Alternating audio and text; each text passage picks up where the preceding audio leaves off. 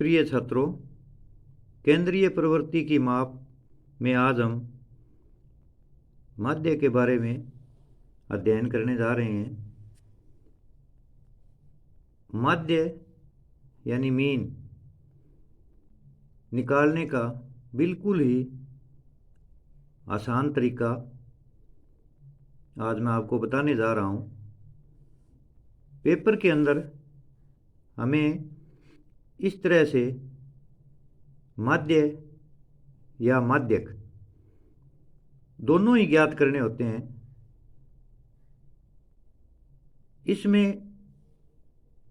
6 number का question आता है। 3 नंबर का माध्य और 3 नंबर का माध्यक जो मैंने आपको पहले बता दिया था। आज माध्य के बारे में हम जानकारी प्राप्त करेंगे। पेपर के अंदर क्वेश्चन है वो हूबहू इसी तरीके से दिया हुआ आएगा। हमें आगे क्या करना है इस बारे में आप ध्यान से देखें। तो सबसे पहले हमें इस तरह से एक सारणी तैयार करनी होगी।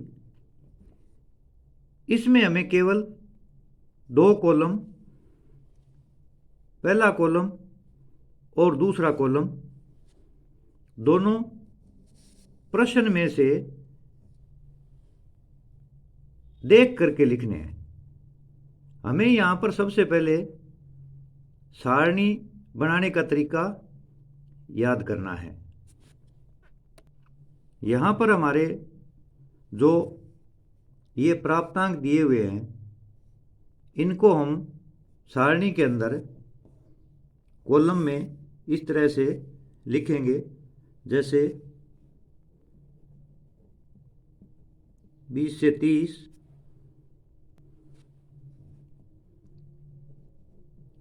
30 से 40, 40 से 50, 50 से 60 और 60 से 70। यहाँ पर सवाल के अंदर जो हमारे ये लाइन में दिए हुए हैं इनको सारणी के पहले कॉलम में हूबहू नकल करके लिखना है।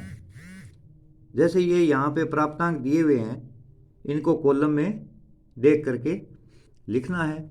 उसके बाद में सवाल के अंदर यहाँ पर हमें छात्रों की संख्याएं दी हुई है 4, 28, 42, 20, 6। यही हम सारणी के अंदर कॉलम में 4, 28, 42, 20, 6। तो इस तरह से हम सवाल को देख करके बिल्कुल ऐसा ही सवाल आएगा। पहली लाइन पहले कॉलम में और दूसरी लाइन दूसरे कॉलम में देख करके हम उतारेंगे। उतारने के बाद में हम क्या करेंगे कि यहाँ पर जो हमारे छात्रों की संख्या है F, हम इनका योग करेंगे। यहाँ पर योग को बड़ी सावधानी से करना है, कोई गलती न हो। तो यहाँ पर 4 और 8 12 और 2 14 और 6 20 हासिल 2, 2 4, 4 8 और 2 10। तो यहाँ पर हमारा इस कॉलम का योग 100 आ गया, जिसको हम सिग्मा F लिखते हैं। सिग्मा यहाँ पर कॉलम के योग के बारे में बताता है, सिग्मा F। उसके बाद में तीसरे कॉलम में यहाँ पर लिखा हुआ है मध्यमान X। तो जो हमारा मध्यमान X निकालने के लिए यहाँ पर 20 और 30 का योग करेंगे, जो कि 50 आएगा। और 50 का आधा 25, 30 और 40 का योग 70 करेंगे, 70 का आधा 35। अब यहाँ पर यह ध्यान देने योग्य बात है कि इन दोनों के बीच में या इन दोनों के बीच में, इन सभी के बीच में 10-10 का डिफरेंस है। तो मध्यमान x निकालने के लिए 25 और 10 35 और 10 45 और 10 55 और 10 65, इनमें 10-10 जोड़ करके मध्यमान x तीसरे कॉलम में सारणी में हम लिख लेंगे। सारणी के चौथे कॉलम में fx, यानी हमने f को x से गुणा करना है। तो हमारा f का मान ये है और x का मान ये है। हम इन दोनों को गुणा करेंगे। जब 25 को 4 से गुणा करेंगे तो वो हमारा आ जाएगा 100। इसके बाद में 28 को 35 से गुणा करेंगे तो वो हमारा आएगा 980। इसके बाद में 42 को 45 से गुणा करेंगे, 42 को 45 से गुणा करेंगे तो वो हमारा आ जाएगा 1890। 55 को 20 से गुणा करेंगे तो वो हमारा आ जाएगा 1100। और 65 को 6 से गुणा करेंगे तो वो हमारा आ जाएगा 390। अब यहाँ पर सिग्मा fx, यानी जो ये कॉलम है इस सब का जोड़, ये जोड़ हमें बड़ी सावधानी से करना है, क्योंकि अगर हमारा जोड़ गलत हो गया तो हमारा जो सही उत्तर हम निकालते हैं वो हमारा सही नहीं आएगा। इसलिए यहाँ पर इस कॉलम का जोड़ है वो सावधानी से करना है। गुणा है, अगर बड़े गुणा है नहीं आते हैं तो वो आप परीक्षा में कॉपी के अंदर रफ कार्य में करके देख सकते हैं। जोड़ की भी अच्छी तरह से जांच करनी है। जब हम इन सब का योग करेंगे तो वो योग आएगा हमारा 4460। अब यहाँ पर जो हमारा सवाल दिया हुआ था माध्य ज्ञात करने के लिए,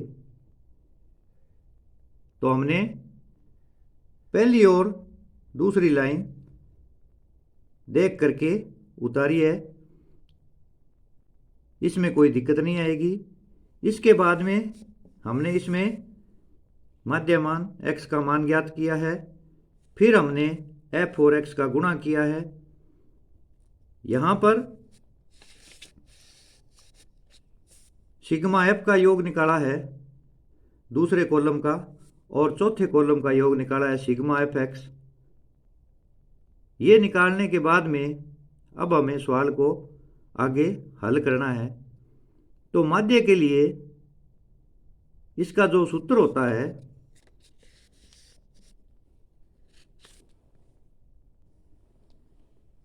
माध्य x की बार बराबर सिग्मा fx बटे सिग्मा f, ये हमारा माध्य का सूत्र है। अब जो हमने मान निकाला है यहाँ पर सिग्मा fx का मान 4460, इसमें हम भाग दे देंगे सिग्मा f का जो कि हमारा था 100। अब यहाँ पर हमें 100 से भाग देना है, तो यहाँ पर 1 0 से 1 0 काट सकते हैं, तब हमारा बचेगा 446 बटे में 10। तो बटे में 1 0 है तो ऊपर वाली रकम को वैसे ही लिखकर इधर से इस साइड से यहाँ पर हमने दशमलव लगा देना है। तो जो हमारा अंतिम उत्तर है वो 44.6 प्राप्त हो जाएगा। इस तरह से हम माध्य ज्ञात कर सकते हैं। यहाँ पर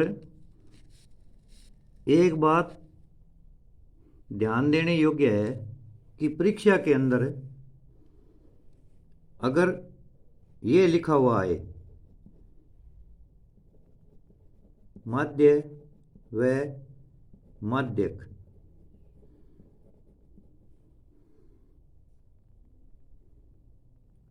तो हमें दोनों ही प्रश्न हल करने हैं। यहाँ पर कुछ विद्यार्थी है वो कंफ्यूज हो जाते हैं और सवाल में दिए हुए में से एक को ही हल करते हैं, या तो वो माध्य हल करते हैं या वो माध्यक हल करते हैं। तो यहाँ पर हमने ये ध्यान देना है कि अगर वह दिया हुआ है तो दोनों हल करने हैं। अगर इस तरह से आए माध्य या माध्यक, अगर इस तरह से आता है तो हमें इन दोनों में से एक को हल करना है। यहाँ पर हमें कंफ्यूज नहीं होना है, प्रश्न को बड़ी सावधानी से ध्यानपूर्वक पढ़ना है। लगभग परीक्षा के अंदर माध्य व माध्यक ही पूछा जाता है और यही पूछा जाएगा। इसकी संभावना कम है, फिर भी हम इस बारे में पूरा ध्यान रखेंगे कि बीच में अगर वह आता है तो दोनों हल करने हैं, और अगर या आता है तो इन दोनों में से केवल एक हल करना है। इसमें दोनों करने हैं, दोनों हल करने हैं, और इसमें केवल एक हल करना है, केवल एक हल करना है। तो यहाँ पर प्रश्न को बहुत ही सावधानी से पढ़ेंगे और इस बारे में पूरा ध्यान रखेंगे। यहाँ पर मैं पुनः स्मरण करा दूं, मध्य के आगे क लग जाता है तो उसे माध्यक बोलते हैं, यानी इंग्लिश में मीडियन। माध्यक को ही माध्यिका कहते हैं। यहाँ पर हमें कंफ्यूज नहीं होना है कि कई बार हो सकता है प्रश्न में माध्य या माध्यक पूछ लिया जाए, तो हमें ये कंफ्यूज नहीं होना यहाँ पर कि ये दोनों एक जैसे तो नहीं है। इसमें आगे क्या लग जाता है, या प्रश्न में माध्यिका भी पूछा जा सकता है। तो माध्यिका का हमारा सूत्र जैसे मैंने पूर्व में आपको बताया था, m बराबर l प्लस n बटे 2 minus c divide by f into h। सूत्र को अच्छी तरह से याद करना है। यहाँ पर सबसे महत्वपूर्ण प्रश्न ये उठता है कि हमने सवाल को देख करके जो भी हमें ज्ञात करना होता है, चाहे उसमें माध्य ज्ञात करना हो या माध्यिका ज्ञात करनी हो, यहाँ पर सारणी का बहुत बड़ा रोल होता है। हमने सारणी बनाने का तरीका अच्छी तरह से याद करना है, ध्यान में रखना है। सारणी का यहाँ पर महत्वपूर्ण स्थान है। अगर हमारी सारणी सही ढंग से बनेगी और हम छोटी छोटी जो गलतियां हैं जोड़ और घटाव में या गुणा में या भाग में नहीं करेंगे, तो हमारा जो सवाल है वो गलत नहीं होगा और हमें पूरे में से पूरे अंक मिलेंगे। इसी के साथ कक्षा 10 से संबंधित जो माध्य और माध्यिका से संबंधित प्रश्न थे, इन दोनों प्रश्नों को अच्छी तरह से समझाने का प्रयास किया है। इनसे संबंधित घर में आप अभ्यास पुस्तिका में से ऐसे प्रश्न लेकर के सारणी बना करके इनको हल करने का प्रयास करेंगे और जो भी मेरे आने वाले वीडियो हैं उनको बड़े ध्यान से देखेंगे। बहुत अच्छी तरह से समझाने का प्रयास आपको किया जाएगा। मुझे आशा ही नहीं, पूर्ण विश्वास है कि आप परीक्षा में अच्छे अंक लेकर के उत्तीर्ण होंगे तथा आपकी गणित से संबंधित जो भी कमजोरियां हैं वो दूर होंगी। बार बार आप पुनः स्मरण के लिए वीडियो देखते रहें और घर पर अभ्यास कार्य करने की कोशिश करें, वही आपका होमवर्क भी हो जाएगा साथ में। धन्यवाद।